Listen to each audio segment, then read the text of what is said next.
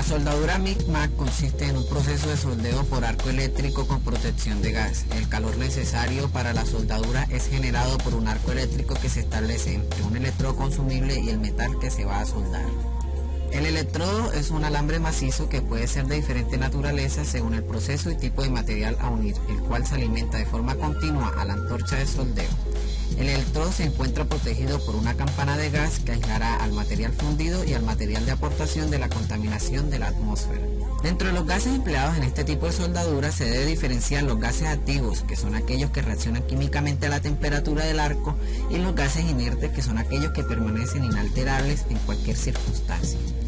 Si el gas utilizado es activo o está combinado con otro inerte, se tratará de un proceso de soldadura MAG.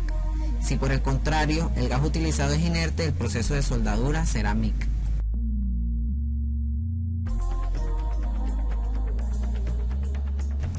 Las máquinas de soldadura han evolucionado notablemente en los últimos años, pero su base de funcionamiento y los elementos que la conforman siguen siendo los mismos, y se distinguen los siguientes.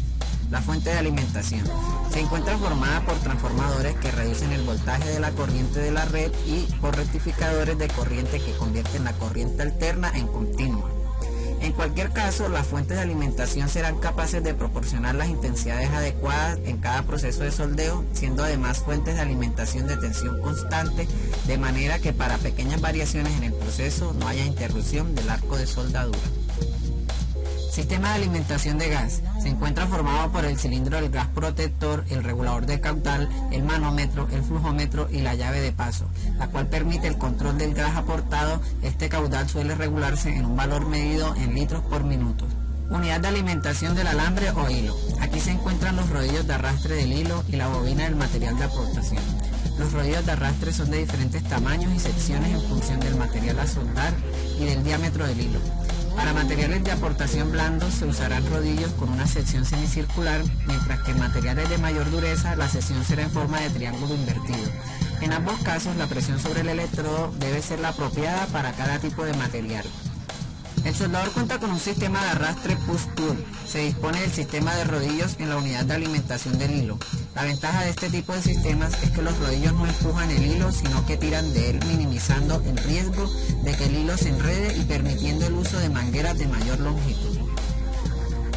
En la manguera se encuentran los sistemas de refrigeración, el cableado para la transmisión de la corriente eléctrica, las camisas por donde transcurre el material de aportación y el sistema de transferencia del gas de aportación hasta la pistola.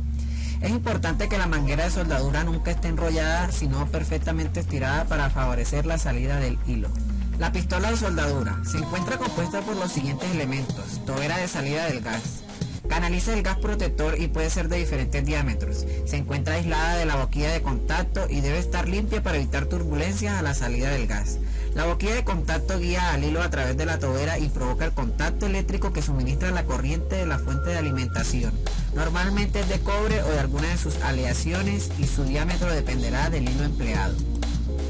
El interruptor de soldadura, mediante su accionamiento, ejecuta los procesos de soldeo.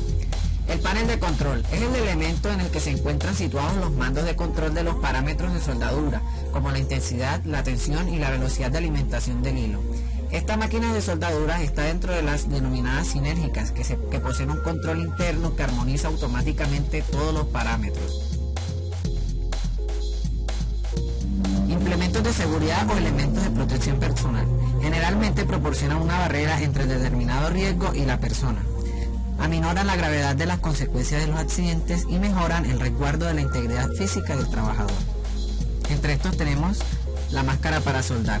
Protege el rostro y los ojos de rayos ultravioletas. Los guantes protegen los dedos, las manos, las muñecas y antebrazos contra las salpicaduras. El peto o delantal, que cubre la parte delantera del cuerpo desde el tórax hasta las rodillas, protege contra salpicaduras o chispas.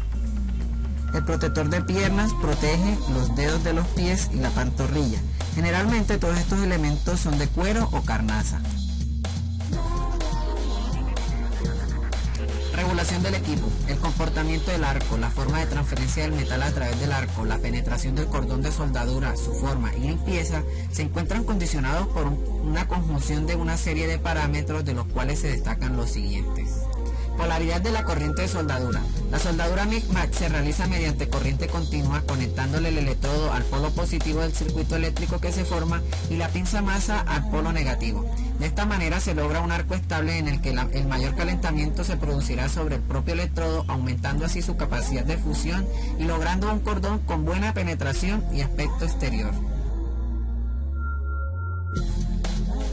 Diámetro del hilo. La elección del diámetro del hilo se realizará en función del espesor de las piezas.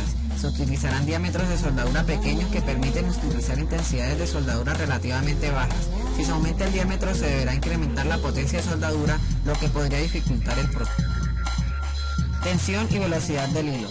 Para lograr un arco estable es necesario regular el binomio tensión y velocidad de salida del hilo. La tensión se ajusta accionando la correspondiente perilla del panel de control de la máquina. La velocidad de salida del hilo se regulará mediante el mando de control. En cualquier caso, la regulación será en función del espesor y el tipo de material y el diámetro del hilo. Para la regulación de estos parámetros se encuentra en el manual o en el tablero interno posterior a la tapa.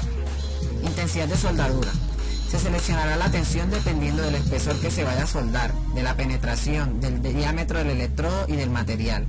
La fuente de alimentación utilizada en estas máquinas se autorregula para pequeñas variaciones ocasionadas durante el proceso por el mismo soldador.